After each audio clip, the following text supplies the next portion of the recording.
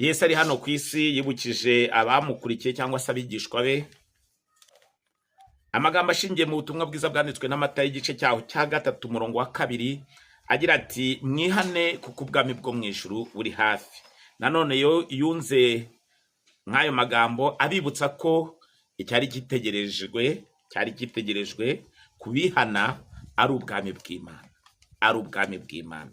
Yaravuze ngo kandi ubutumwa bwiza bw'ubwami buzigishwa mu isi yose, ngo ubuhamya bwo guhamiriza amahanga yose nibw'imperuka izaherakiza.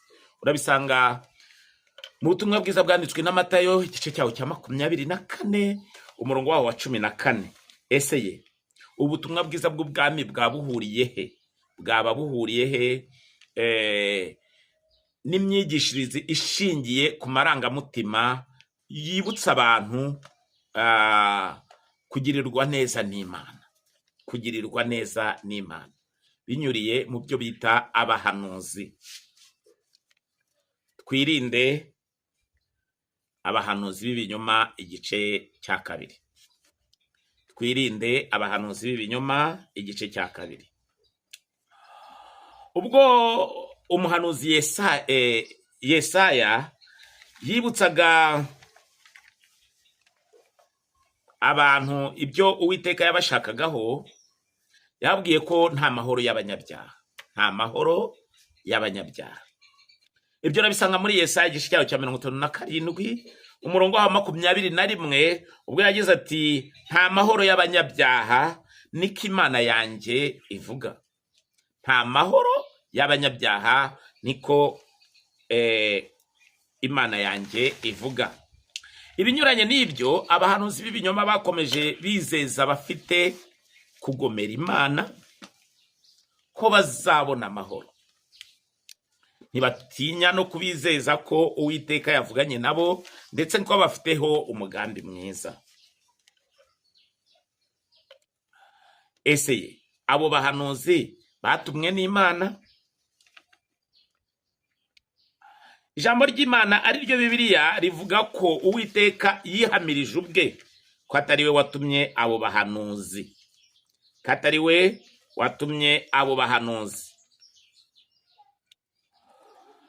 Abo bahanuzi bakomeje babibamwo abantu imitekerereze itava ku Mana, imitekerereze cyangwa se amasezerano atava ku Mana. Mu gitabo cy'umuhanuzi Yeremiya igice cyaho cya 23 umurongo wa 21 ndetse n'uwa 22 dusoma ngo abo bahanuzi sinjye wabatumye ariko barihuse, sinavuganye nabo ariko barahanuye. Umurongo wa 22 ukomeza ugira uti ariko iyo baba barahagaze mu nama zanjye, baba barumvishije ubwoko bwanjye amagambo yanjye, bakabayobora ngo bavi no mu migenzereze yabo mibi. Ibinyuranye n'ibyo, abahanuzi bakunze guhanurira abantu bababwira ko abaturanyi babo bafitanye nabo inzangano z'urudaca, ko Uwiteka barinzi izo nzangano. Ibaze rero umuntu wabashe kubibamo ko afite umwanzi we, uburyo yitwara imbere y'uwo mwanzi. Yesu ari hano ku isi yibukije abagombaga kumukurikira by'ukuri ko bagombaga gukunda abanzi babo. Yabivuze mu butumwa bwiza bwanditswe n'Amatayo igice cyaho cya 5 umurongo wa 44. Yagize ati mukunda abanzi banyu musabire ababarenganya. Mukunda abanzi banyu musabire ababarenganya. Ibinyuranye n'ibyo, aba bahanuzi b'ibinyoma bakomeza amaboko y'inkozi z'ibibi, bababwira ko Imana izabagirira ibambe. Ese ubundi baba inkozi z'ibibi gute? Bibiliya ivuga ko umuntu wese ukerensa amategeko atunganye ari inkozi y'ibibi. Sinzi rero ukuntu uzabona umuntu avuye mu bukozi bw'ibibi bwe avuye gukora ibyangwa n'Uwiteka, arasambana, araroga, agambanira bagenzi be, akora n'ibindi byinshi Uwiteka yanga urunuka. Nyuma yaho kubw'uko umubonye mu mwambaro runaka, umwijeje ko Uwiteka bavuganye ko azamugirira ibambe. Ariko se ni ayahe magambo umwami Yesu yibukije Yohana amwibutse, cyangwa se ni ikihe kimenyetso cyagombaga kuranga umuntu w'Imana wa nyawe?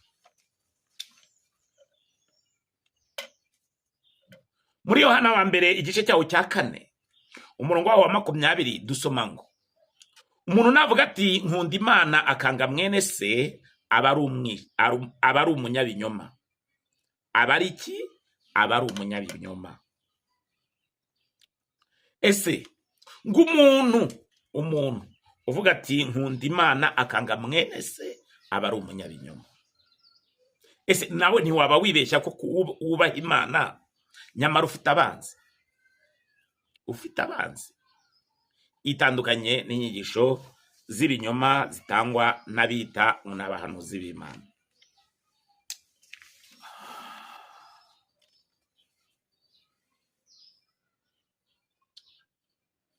Tumaze kurebera hamwe ubwo Uwiteka yatangaga umuburo ugaragaza uburyo abakozi b'Imana cyangwa se abubaha Imana uburyo bakagombye kuba bitwara, ndongera mbibutse Yesu yagarutse ku magambo yoreka mu butumwa bwiza bwanditswe na Mariko igice cya 13 umurongo wa 16 agira ati, ufite amatwi yumva niyumve. Ubu turi ku gice cya 4. Nagira icyo nibaza nawe wibaza, ese koko abahanuzi Imana iracyabakoresha?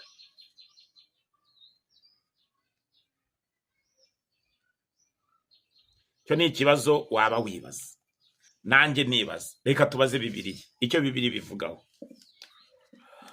Mu rwandiko Pawulo yandikiye Abaheburayo, yagarutse ku myigishirize y'abita ngo ni abahanuzi.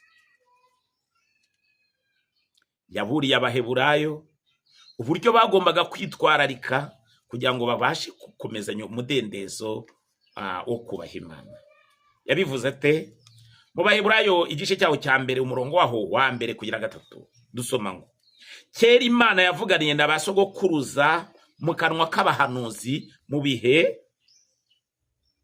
byinshi no mu buryo bwinshi. Kera ngo Imana yavuganaga n'abasogokuruza bacu binyuriye mu kanwa k'abahanuzi mu bihe byinshi no mu buryo bwinshi. Umurongo wa 2, naho muri iyi minsi y'imperuka yavuganye natwe mu kanwa k'umwana wayo, uwo yashyiriyeho kuba umuragwa wa byose, ari we yaremesheje isi.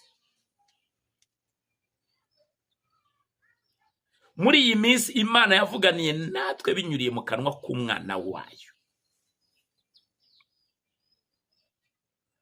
Ese wizera amagambo akiranuka ashingiye mu ijambo ry'Imana? Cyane ko Yesu ari we witwa ijambo ry'Imana, akaba ari we wabashije guhabwa iyo nshingano yo gufasha abantu bafite imitima itaryarya kumenya Imana mu buryo bwimbitse. Nanone umurongo wa 3 hatwereka amagambo akomeye twakagombye kuba twitaho. Agira ati, uwo kuko ari ukurabagirana k'ubwiza bwayo n'ishusho ya kamere yayo, kandi akaba ari we uramiza byose ijambo ry'imbaraga ze, amaze kweza no gukuraho ibyaha byacu, yicara iburyo bwikomeye cyane yo mu ijuru. Twumvikane, Yesu niwe wadukuriyeho ibyaha.